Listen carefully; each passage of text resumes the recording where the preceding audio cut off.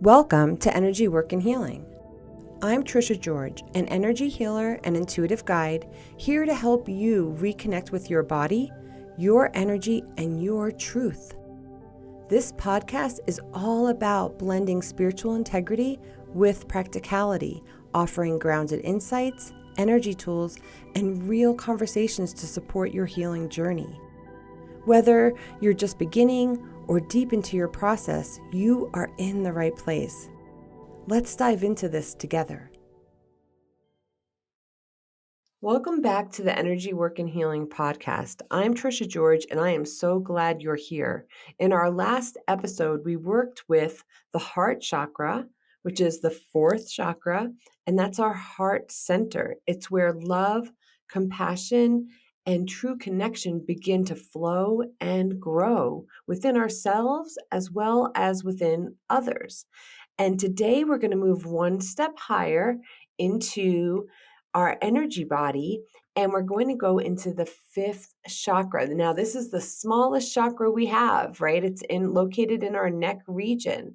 And this focuses on our throat and our communication.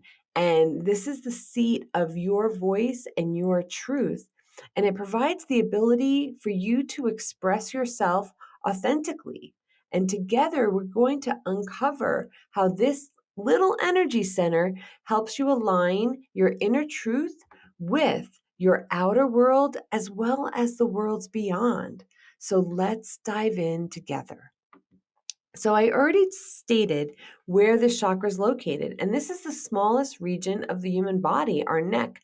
But this chakra has so much power in the sense that it's where we first learn how to say no, how to communicate in our day-to-day lives what we need through this tiny center. Now, just because the body is shorter and smaller here doesn't mean the chakra shrinks. So this chakra is 6 to 8 inches in diameter, and in the front body, we're spinning clockwise. The back body is spinning counterclockwise. So our front body, if we remember, is our day-to-day life for the most part, right? If we end up holding information in this area, it will actually sort of suppress our feelings in here. So it could stop, it could get stuck, it could go in reverse. But for the most part, this chakra is spinning 6 to 8 inches in diameter and has an outer wheel as well as an inner wheel. And this has 16 cones on the outer wheel and 16 on the inner. And then don't forget about the back. The back also is included in this chakra because remember, our back bodies are located 2 through 6. So second chakra to our sixth chakra. So this chakra, when I say it's where our no is, if you think back, if you can remember, some of us tend to blank that memory of our life out of our space. But if you think back to being a child, many times around the age of 2 or 3, we're learning how to say no. Maybe we're learning how to say our caregivers' names, but we're using our voice to speak what we want, how we want something to happen. And this could be done through vocalization. It could be done through a look, what have you. But this is where we first start to communicate. And through communication is where we learn how to create our lives, how to develop who we're going to be and show up in the world. And when this is spinning healthily and in a nice momentum, we're able to set healthy boundaries. We're able to communicate. We're able to share our feelings and our emotions with others without stifling them because we're open enough to know our truth in the sense of we know what we're feeling inside and we're able to transmit it through our vocal cords outwards through communication. And we want to understand that that is the first step to really gaining a sense of courage, which is 200 hertz, and bringing us higher into our frequencies. Because as we move up, right, our goal is sort of to get to at least 500 hertz, which is love, 600 hertz, which is peace, but we want to go even higher if we're open to that. But at least if we start at courage, we will do less sabotaging of our space. Now, when this chakra is in surplus, so remember, surplus chakras are bigger than 8 inches in diameter. They can be wavy, they can be the shape of an oval, because what you're doing is you're reaching for something. So if you feel that sense where you haven't received what you're wanting, you're not being heard through your communications, and you're vocalizing that, right, through very sort of expressionistic, I'll say, reactions to people's information or your own information, you're outwardly expressing it. So you're using your voice in a grandiose manner where you're throwing energy outwards from your throat chakra. Now, sometimes, just like the other chakras, this chakra can be activated by those 3 down below, right? First, second, and third, earthbound chakras, saying that we don't feel safe, our feelings are not being heard, we're very emotional. So sometimes you'll find individuals that will actually blow up here. And what happens is they're not even conscious that they're blowing up.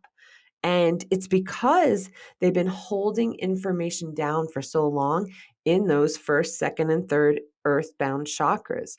And there's so much pain being held in the heart chakra. Maybe they're feeling unworthy, or there's love unreceived, or that they're not happy with themselves.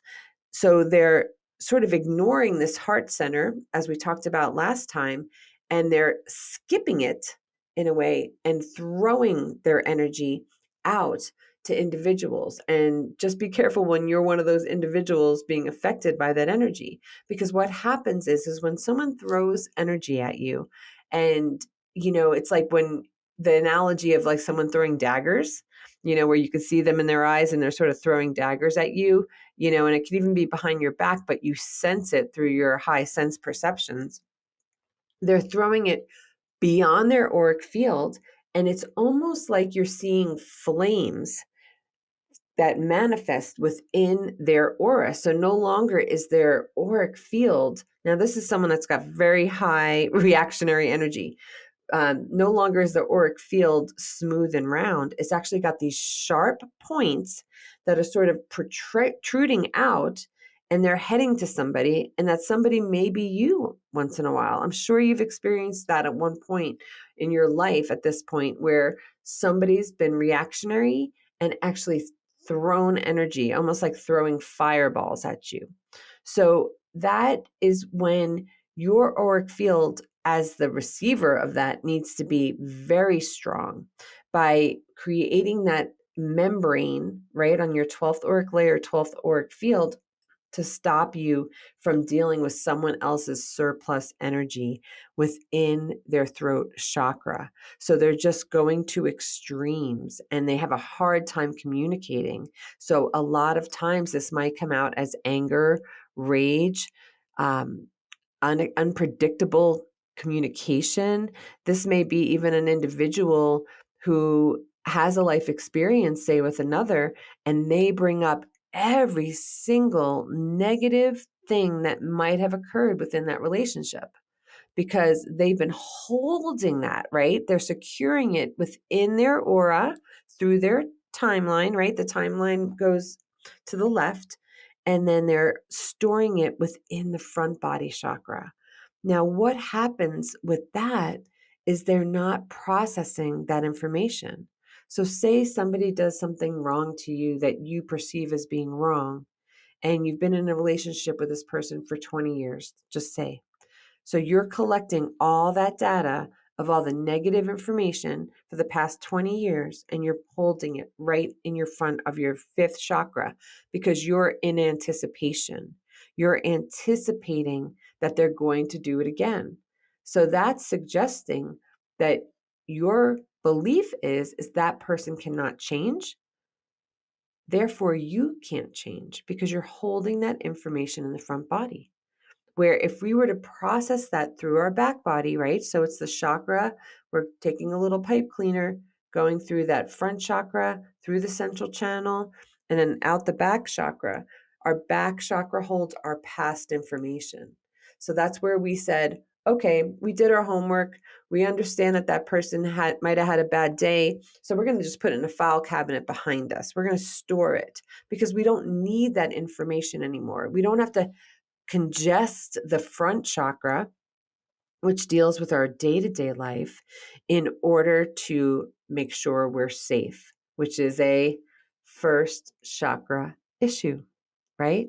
So that word being safe, we have to protect. That's a first chakra response. And it activates all the chakras in different ways. And it activates the throat in a sort of defense mechanism or attacking when it's in a surplus state. Now, when this chakra is in a shortage state, you're going to have that, remember that fig-like shape. I'm going to have to find a fig somewhere, a plastic fig, but it's a fig-like shape where the chakra is tiny. It's short. Maybe it's only an inch in diameter. And here, that person might have a hard time actually communicating. They might have a hard time speaking their truth. And they might be afraid through fear, which is also triggering the first chakra now, right? Because all the chakras have their surplus or shortage, but that fear says, I'm not worthy to have. I'm too insecure to speak my truth. I'm afraid that someone is not going to accept who I am as a human being. So they shrink this chakra due to negative self-talk. And that negative self-talk has been programmed, and perhaps it's been programmed, maybe not just by themselves, but from their caregivers, their um, their school peers, their coworkers, their parents, their siblings, and this is something that they held on to for a long time. And when it's in surplus, it's just, you'll see that person, because this chakra deals with the upper shoulders, you might see this person like shrug their shoulders, they might put their head down, they might look above, right? They're looking from their forehead in order to see what's going on because they're afraid. They're in a hunched position because they're saying, I'm not safe. And when we understand that the communication chakra here is always dealing with our upper shoulders, so that's where people might hold stress because they have a hard time communicating their truth. Maybe they analyze everything in their sixth, right? The sixth is the mind. We're going to talk about that in the next episode, but they're suppressing themselves here. So they're not speaking their truth, whether it be a partner, a friend, or themselves. And when we feel like we're not worthy to receive and we're not worthy to have, say we're in a blame state or a shame state where we're running at 25 to 50 hertz.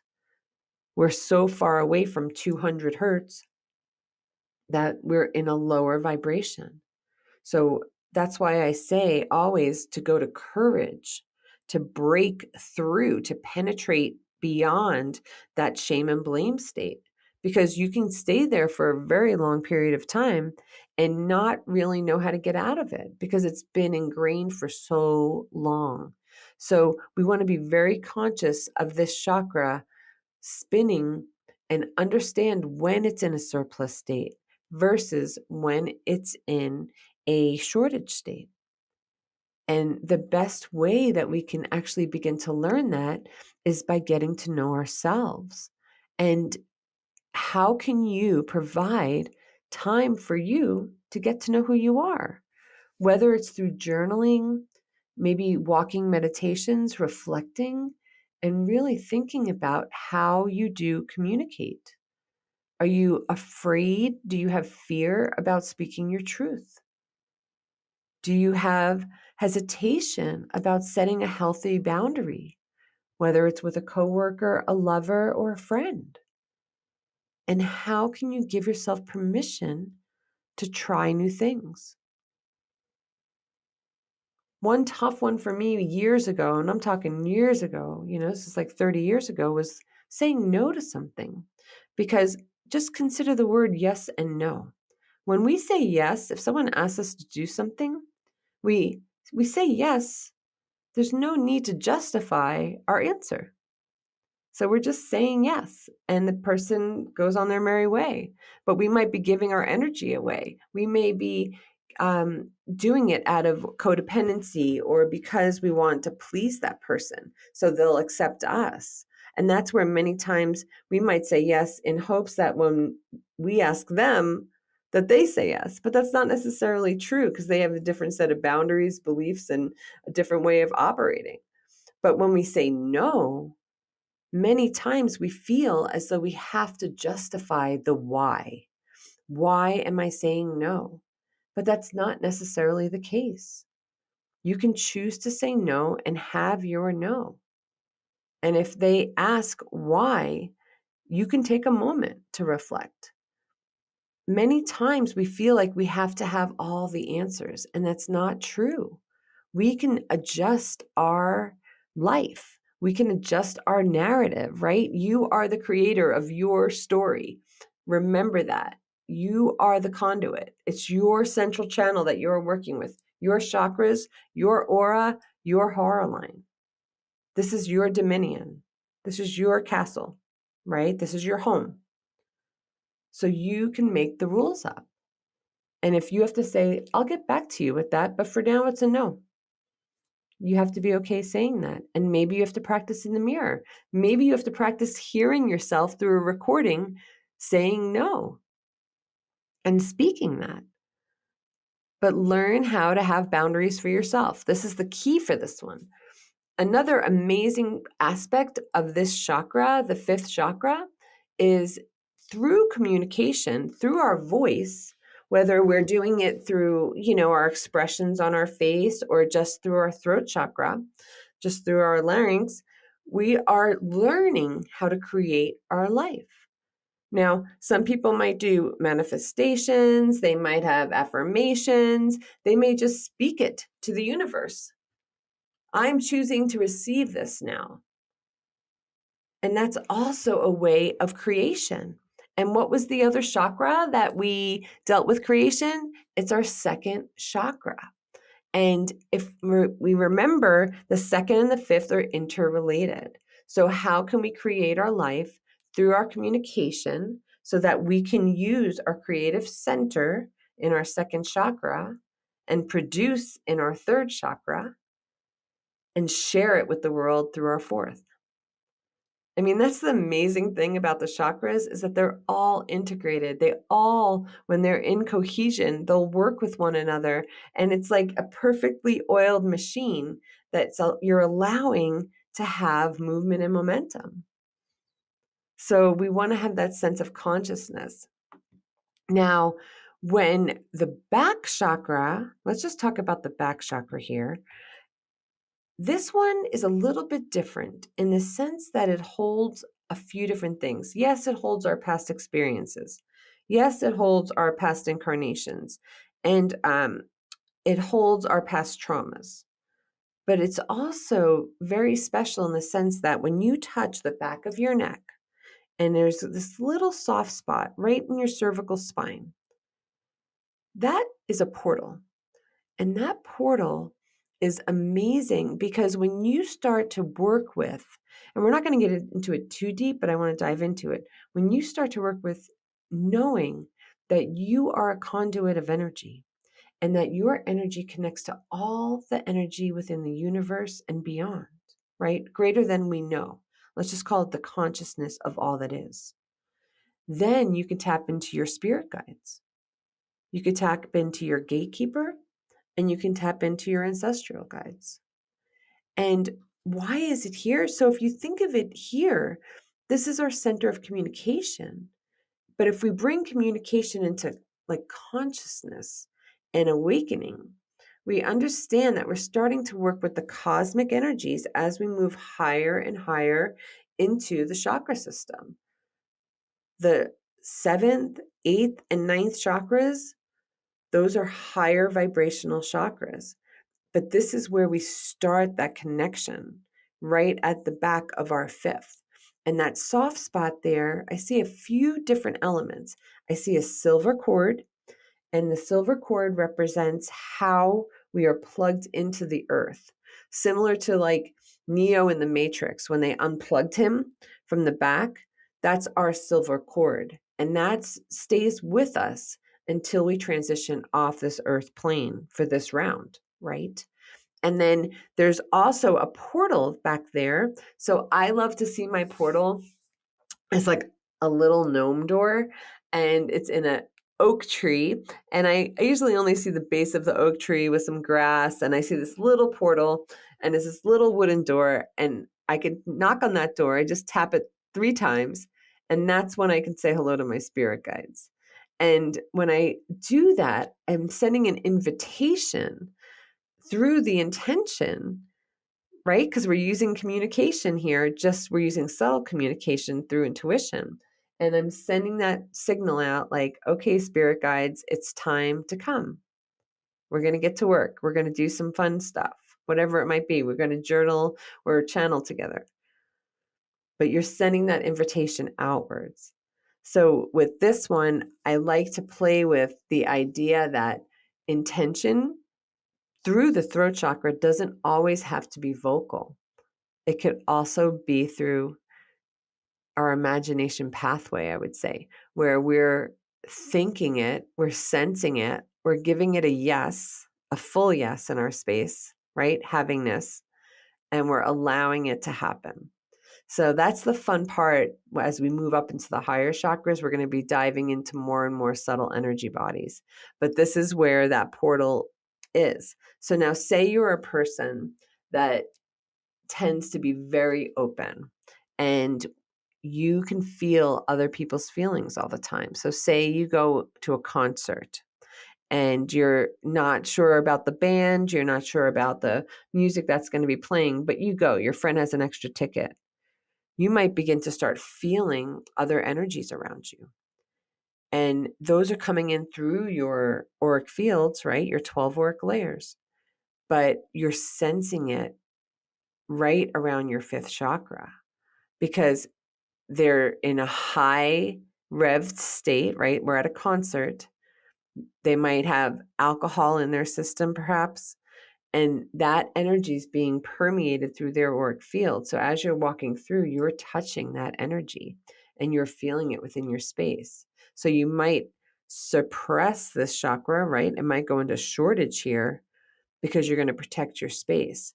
But if you don't put it in shortage, you might be so open that when you leave that concert, you could have a lot of foreign energy in your space that you actually brought home with you. And for the next couple of days, you might feel like you're not yourself. And you might be wondering, what happened? I don't feel like me, I feel like out of whack. And that's because all that foreign energy got permeated into your auric field and affected your chakras. And it was going in from the 5th through your communication, right? Because that's our hearing too. We have to understand it also involves our hearing. And it came into our body. We felt the energy maybe of the music that didn't resonate with us, and it ended up in our heart chakra. So if we don't know how to clear out our space or clean out, we might leave a bunch of residue in our space.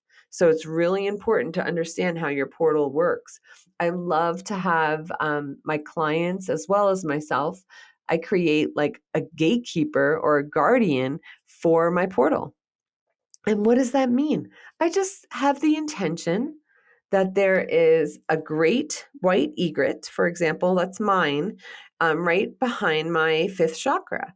And I allow it to sit there and monitor my door. And I will do that when I'm in situations where there might be a lot of people, where I'm getting ready for my day, for my sessions, and I'm actually preparing myself. So I'm having a guardian sort of there, or a spirit guide as a form of an animal there as a monitor for me. So that way I'm more secure in my space and I'm able to read freely, right? Read my clients freely, read the room freely, but I have my protection there. I have my space sort of protected. And I love to give my clients the opportunity to create their own animals, right? Like, give me an animal, give me a spirit animal that we're going to have hold space for you. Because if we realize, we have to remember that everything comes from this earth. We are a part of this earth. And when we nurture ourselves with the elements from Earth, and that includes animal and plant species just as much as it does humans and trees and mountains and the water, we can really integrate into our space and understand that we can learn from the animal species how to be a better human being, how to be more present or more conscious.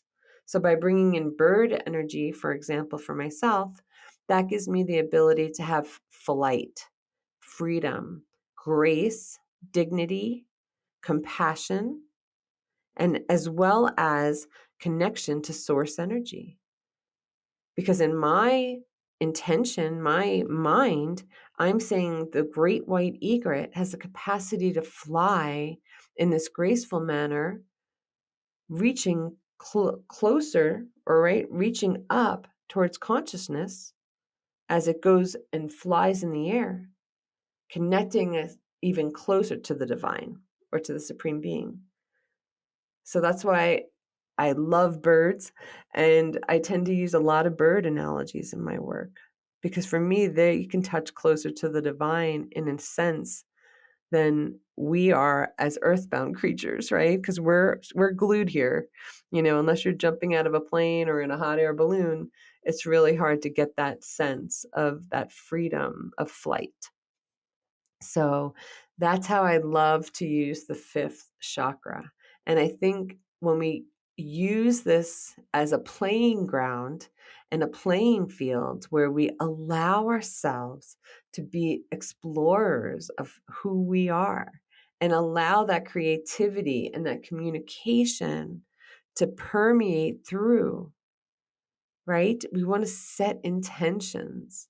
We want to set the stage for our lives through our voice. And it's okay to have your voice. It's okay to share. It's okay to express. And it's okay to be authentic. How many times in the day do you hold back your words? And how many times does it connect to fear? Fear of being who you are in this physical body, in this present life. Allow yourself permission to get to know this chakra. Utilize it. And when I mentioned the hearing, the audience, right? Clairaudience, the hearing is definitely a part of this chakra region. So not only do you need to speak, but you also need to learn the lessons of listening and listening to what someone has to say without interrupting them, without trying to predict what your next comment's going to be, because then you're not hearing them. But how can you use the intention of listening to understand, to get to know another human being? And then maybe it's not of interest to you, but you could say, how will this serve me? How will this information serve me? What do I need to learn about myself as this other individual is sharing with me? And the same holds true with music. We're receiving information through music. So if you're listening to heavy music, that's going to put you in a different vibration. And there's plenty of music out there that's higher vibrational frequency. And choosing what you want to listen to can also assist you in raising that vibration up to courage, up to love, up to peace. Maybe even 1,000 hertz, right? Where you're in ecstasy. But give yourself permission to use this one. This is so engaging for me, this chakra, out of all the other chakras, because this is the one that really speaks through the world. We are speaking to others constantly. And we're trying to get information out and share information as I am right here with you. My hope for you is to grow through this. And if you're Italian, I got a little Italian in me, right? So my hands are always moving. I can't help but have my hands moving. It's a form of expression, communication. And I feel like I'm moving energy while I'm speaking through my hands all the time. So that's why this could be a really fun chakra. Even though it's the smallest region in our body, it really is the conduit that brings us closer to people and creates those bonds. And it could also shrink us, right?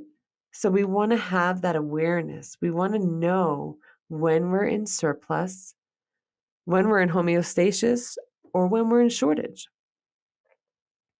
And it's okay to be all three because you need to have those experiences. Otherwise, you don't know until you try. How can you speak your truth? Courageously. We should be able to communicate with one another, debate with one another, learn from one another without being aggressive, reactionary, or angry. How can we use our listening ears to tune in and hear what we might have to hear about ourselves or others? Well, as I wrap up, I'm just going to say thank you for joining me on today's journey through the throat chakra. As we've seen, when we speak our truth with clarity, compassion, and integrity, we can bring into balance not only ourselves, but also our relationships and the world around us. In our next episode, we're going to continue to move upward as we go up into the sixth chakra, which is right between our brows, and many people call it our third eye. This is the center of our intuition, our inner vision, and expanded awareness. I love to call it our sunrise and sunset pictures for those that have sessions with me. Until then, keep breathing, keep aligning right through your central channel, and keep shining your light. Don't be afraid to share. You are special, you are unique, and allow that light to shine outward. Don't dim your light. There's no need. Be genuine. Be authentic. I look forward to seeing you in the next episode. Thank you for joining me on Energy Work and Healing. If today's episode resonated with you, be sure to subscribe, share it with someone who might need it, and leave a review. Remember, your energy matters, and your healing helps heal the world. Here, we honor the path of blending spiritual integrity with practicality so you can walk empowered, aware, and aligned. Until next time, stay grounded, stay open, and keep listening to the wisdom found within.